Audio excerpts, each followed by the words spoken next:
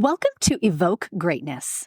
We are officially entering year 3 of this podcast, and I am filled with so much gratitude for each and every one of you who've joined me on this incredible journey of growth and self-discovery. I'm Sunny, your host and fellow traveler on this path of personal evolution. This podcast is a sanctuary for the curious, the ambitious, and the introspective. It's for those of you who, like me, are captivated by the champion mindset and driven by an insatiable hunger for growth and knowledge. Whether you're just beginning your journey or you're well along your path, you're going to find stories here that resonate with your experiences and aspirations. Over the last 2 years, we've shared countless stories of triumph and challenge, of resilience and transformation. We've laughed, we've reflected, and we've grown together. And as we've evolved, so too has this podcast. Remember, no matter what chapter you're on in your own story, you belong here. This community we've built together is a place of support, inspiration, and shared growth. Where intention goes, energy flows, and the energy you bring to this space elevates us all. So whether you're listening while commuting, working out, or enjoying your morning coffee, perhaps from one of those motivational mugs I'm so fond of, know that you're a part of something special. Thank you for being here. Thank you for your curiosity, your openness, and your commitment to personal growth. As we embark on year 3, I invite you to lean in, to listen deeply, and to let these stories resonate with your soul. I believe that a rising tide raises all ships, and I invite you along in this journey to evoke greatness.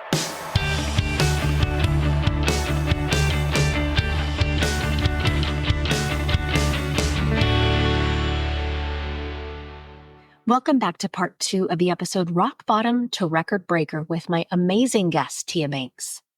In this episode, we're going to dive into challenging familial and cultural expectations, creating psychological safety in educational spaces, recognizing and addressing burnout in ourselves and in others, and understanding behavior as a form of communication.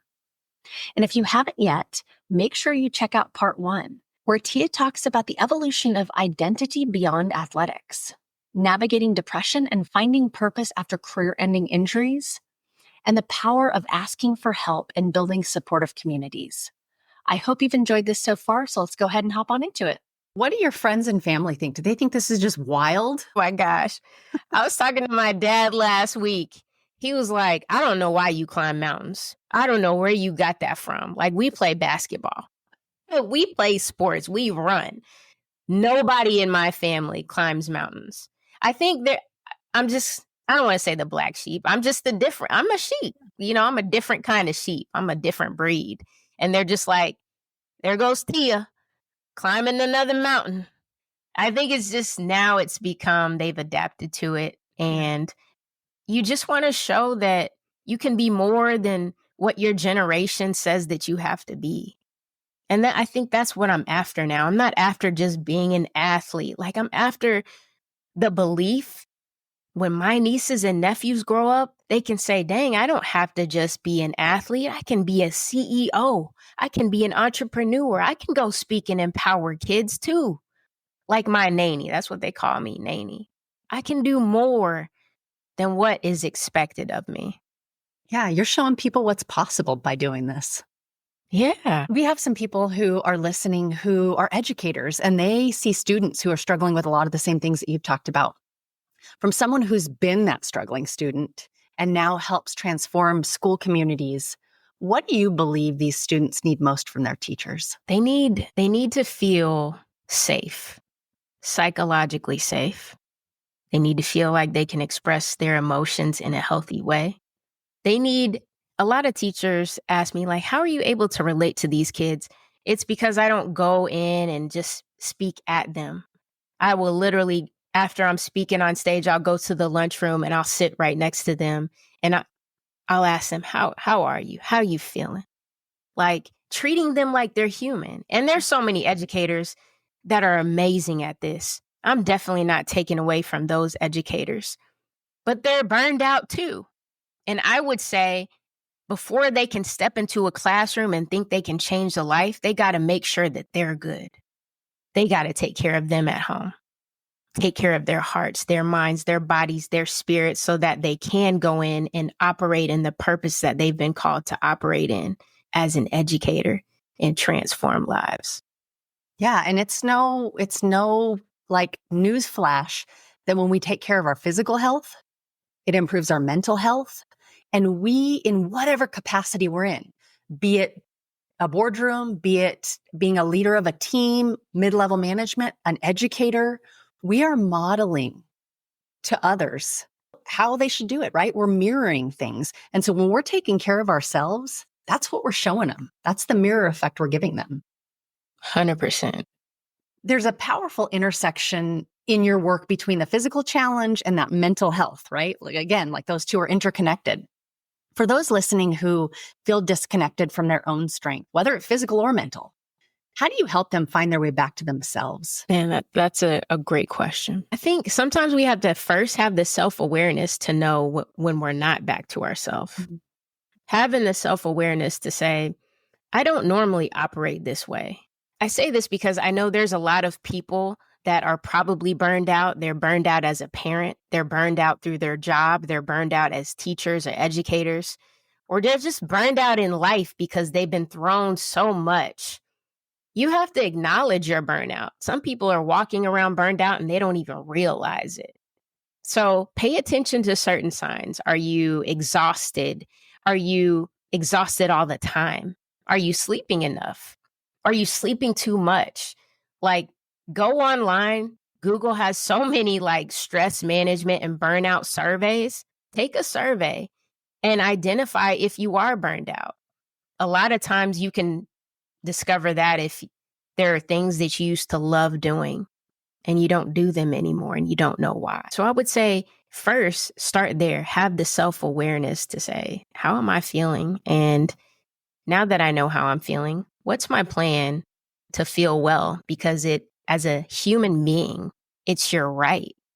Matter of fact, it's not a reward for self-care. It's not a reward for this. It's your responsibility to yourself, to your family, to feel well. So how do I get there? Back that up about a minute and a half. Listen to that over again, because there's power in what you just said in us claiming responsibility. It's different than feeling like compelled that it's the right thing to do. It brings it to a whole nother level when we have a sense of responsibility around it. In working with thousands of students, you've likely seen many versions of your own story play out, right? What's the most transformative realization that you've witnessed in a young person who had that self-belief that like I'm just I'm just average. I'm just that person who falls under the radar? Tony, I'm going to talk to you about, I do a weekly class at a local community center. We call it the Pinnacle Program, and we educate students who are age 7 to 11 on social emotional skills, positive behavioral intervention support, resilience skills. We focus on resilience skills, but it helps them regulate their emotions. And I have these two, I don't want to say their name, these two misunderstood young men. And the way that they need attention is through talking when I'm talking. The way that they need attention is to make fun of their classmates. And I've found that I'm like, while I'm trying to teach you on self-regulation, I'm having to regulate my own emotions. There was Kelson, my God, I'm going to say his name, Kelson. Saw something special in Kelson, but he liked the attention. Sometimes he would just yell in the classroom and make fun of everybody. But I realized it was because he was broken on the inside. I found out that he lost his father. And so his hurt is a cry for, I need love and attention to fill this void that I'm feeling from the loss of my father. And I gave him different responsibilities. Instead of, I made him a leader because I realized he is a leader, even though he tries to get attention in different ways. So he was my appointed assistant every single day. And I saw a change when I gave him that role. He owned it. And when I tell you, I'm talking dude is a completely different person. When he walks into my class, he's like, hey, Miss Tia, he has good energy. He's cheering for his classmates with the activities and exercises that we do. He's a completely different person in 8 weeks. So that's special because that's one of the most recent of many, but it's special to see that sometimes it's not the first emotion that they're showing, the anger or the disruptive behavior. If you can go past that and look at the heart, like it's hurt, it's broken. And what they need is something different so that they can bring out the person that they're supposed to really be. And that's a beautiful example because from the educator lens alone, there are kids in everybody's class who have that kind of energy, right? But I love what you said. I knew they were trying to get attention through what they were doing because you can't be disconnected and understand that and pick up on that energy. You have to be connected with a desire to see the good in our kids. Yeah. And if you wouldn't have done that though, it would have been just kids who are causing disruptions in class. And that would have been a missed opportunity for him to step into his greater self. And how is that going to go on to impact his life? And so I implore people, pay attention, be connected. When people are desiring attention in a certain way, like tap them, see what it is that they need, understand their circumstances and what's fundamentally important to them. That can change, that right there can change the course of somebody's life. I could not agree more with that. And I think it's the people, if we're looking at adults, we really need to pay special attention to the people that when you ask, how are you? They always say fine and good. Fine. I'm good. That's just a default response. Sometimes I'll be like, okay, now how are you really feeling? I am working through some things. Okay, cool. Those are the people that need extra attention. Yeah. And now more than ever, and I don't know whether it's because we're talking about it more, whether it has been all that we've gone through over the course of the last handful of years, but we've had a shift, a societal shift in talking more about mental health and shining the light on that and trying to figure out where can we get some solutions to help people navigate some really hard roads. And so I love that you said that because we should be checking in on people and we should be paying attention, intricately paying attention to what they say when they respond, because a fine isn't fine. Totally agree with that, Sunny. You talk about moving from valley moments to peak experiences. What about that climb in between? You talked a little bit about this earlier, but like it's those long stretches. And this can be anywhere. This can be in school. This can be in your career. This can be in personal relationships. But those long stretches where progress feels slow or invisible. How do you help people get present in those moments and find purpose in them? Wow. I think it's just embracing what perseverance is all about. Perseverance and being able to push and continue to taking steps. Because climbing any mountain, an invisible mountain, the mountain of grief or the mountain of depression or anxiety, like you started in a dark place. And sometimes you don't really see the light until you're at the light. So the in-between phase requires this perseverance muscle. It requires the self-talk. It requires more emotional support. And sometimes it may require just resting. Like one of the most important parts of climbing these mountains is saying, all right, we've been hiking for 8 hours. This is a good time to stop and get some rest, eat, pour into our physical, eat well. So if you have a Sunday, I like to call Sunday self-care Sunday. Pour back into yourself. Get your nails done. Like get a massage. Or just lay in bed and Netflix all day. If that's what's going to pour back into you. So be willing to rest because we live in a go, go, go, go, go. Be willing to rest so that you can go further. Being a lover of hiking myself, here in Arizona, we have some amazing mountains. And I know what it takes for me to do my 4-mile hike. That's like, it's the most beautiful place to like have mental clarity and have like a creative flow. But that's one thing, right?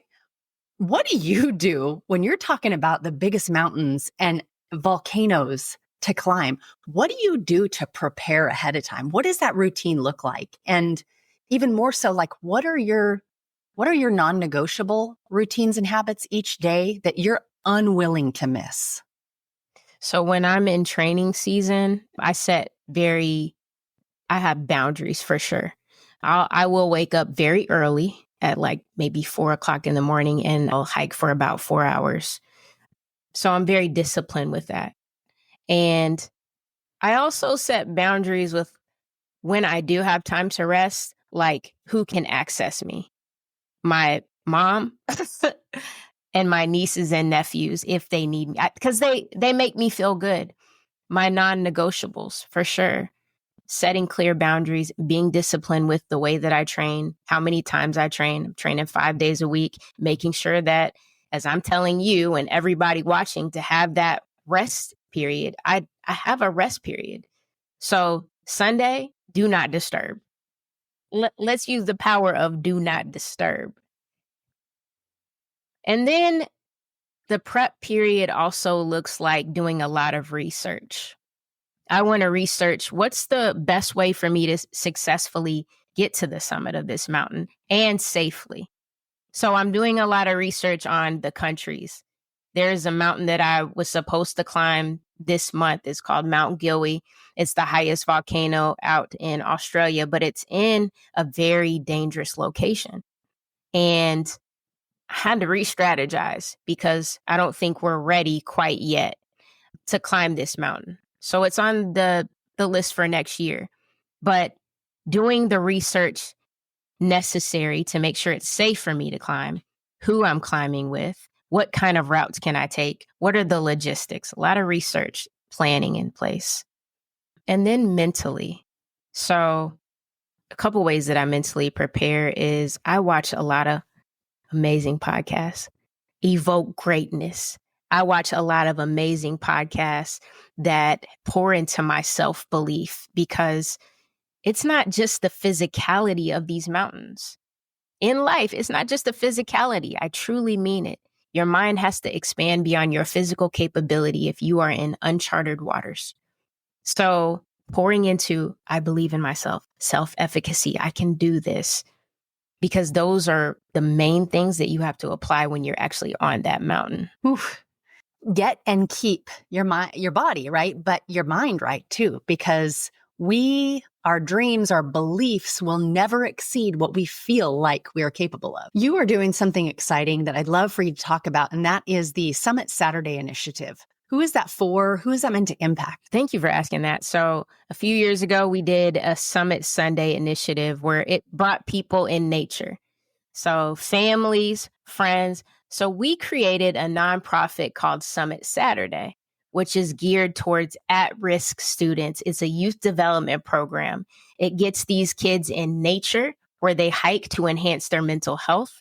We have mental performance coaching sessions. We focus on those resilient skills so that they can apply it not just in classrooms, but apply it in their lives, in their family lives, in their relationships. And so I'm excited about this nonprofit because we're impacting students nationwide to help them climb higher. And we do an annual hike, a Mind Over Mountains hike, where we take them in a real mountain. Now, it's not going to be like Kilimanjaro or anything like that. It'll be a smaller mountain for sure, but it's just to boost their self-efficacy, their belief, and get them to climbing to the top of that mountain where they can reach confidence. That is so awesome. And like you said, what you do, it's with the intent to actually serve others. You're doing this and it's awesome, but you're doing it with a purpose and a mission. And I absolutely love that.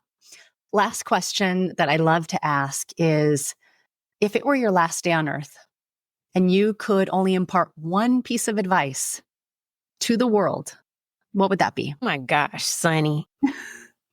This is a great question. One thing I would say, climbing a mountain isn't for you. It's for others. It's for who you can inspire. It's for who you can encourage so that others when they see you do it, they can climb. And I mean this in not just a literal sense, but in all mountains that we face. Boom. It reminds me of that quote, may we plant trees under whose shade we shall never sit. Oh my gosh. That's real. That one. Yeah. Well, that is one heck of a way to end an interview. Let's make sure I'll put everything in show notes, but where can people find you and follow you? Get to be a part of some of this. Yeah, so we have a community, but you can easily go to the website, which is www.tiabanks.com. We're in schools all across the country helping students and educators be resilient to overcome anxiety, depression. We've got burnout prevention programs, and we've got customized programs to help your students, your staff, your school. You can also find me on social media, YouTube, Tia Banks. You can find me on Instagram, Tia Banks. It's the Tia Banks. And so we're everywhere on social media and our website. And definitely go to TikTok because we're really intentional every Sunday posting about Self-Care Sunday to help you manage and better have improved self-care so that you can combat the week with a mind over mountains mentality. Well, Tia, man, you have shown up. You have just given so much throughout this interview and of just your experience and how what you're doing in life as a mission, you're just pouring out to others. And this is a perfect example of that. So thank you for fully showing up. Thank you so much for having me, Sunny. This was an incredible podcast interview, and I'm so thankful.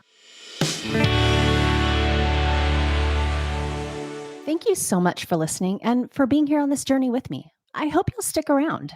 If you liked this episode, it would mean the world for me if you would rate and review the podcast or share it with someone you know may need to hear this message. I love to hear from you all and want you to know that you can leave me a voicemail directly. If you go to my website, evokegreatness.com, and go to the Contact Me tab, you'll just hit the big old orange button and record your message. I love the feedback and comments that I've been getting, so please keep them coming. I'll leave you with the wise words of author Robin Sharma. Greatness comes by doing a few small and smart things each and every day. It comes from taking little steps consistently.